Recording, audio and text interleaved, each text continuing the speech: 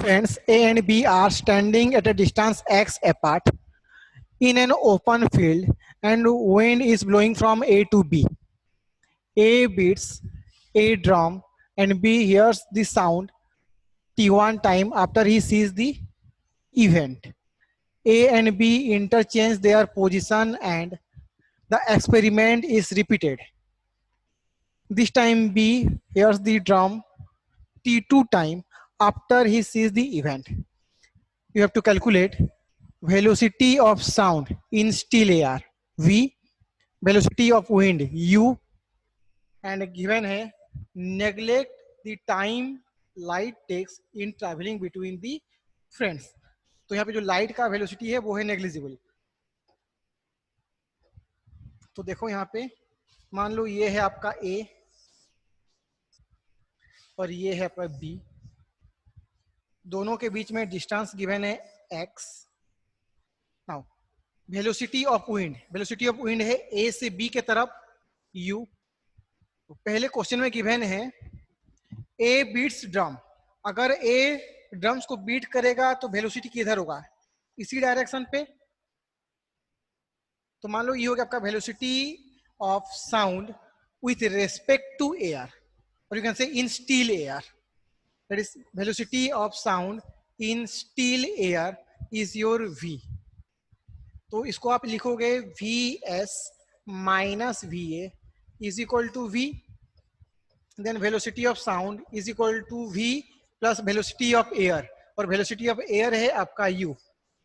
तो velocity of sound with respect to ground होगा V plus U. तो अब इस साउंड को A से B तक आने के लिए टाइम चाहिए T1. तो यहाँ पे लिखोगे time T1 is equal to distance divide by velocity along the line. तो वो होगा x by V plus U,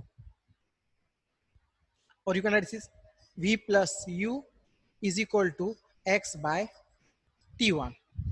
Similarly, if A and B interchange their position, मान लो B आ गया यहाँ पे, अब A है यहाँ पे, और दोनों के बीच में डिस्टेंस है सेम x, और जो विंड के वेलोसिटी है वो सेम डायरेक्शन में रहेगा.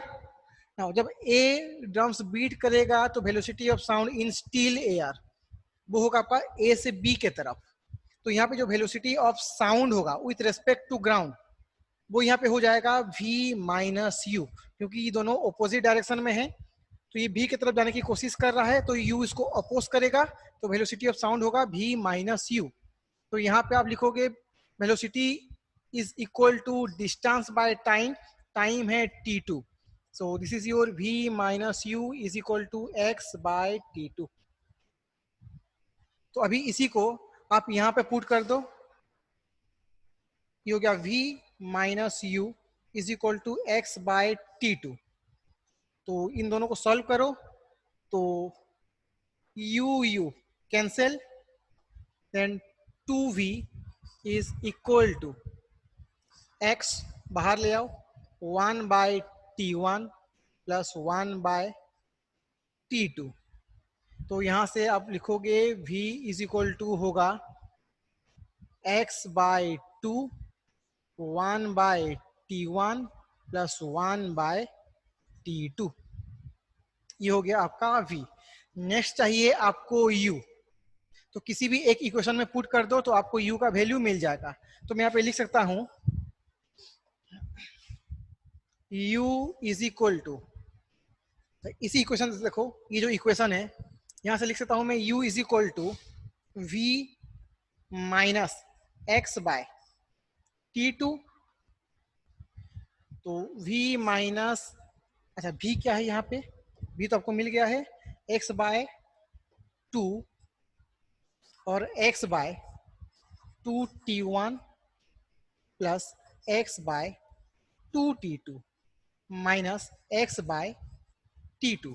तो इसको सॉल्व करोगे तो U का वैल्यू होगा x by 2T1 minus x by 2T2. ये हो गया आपका आंसर.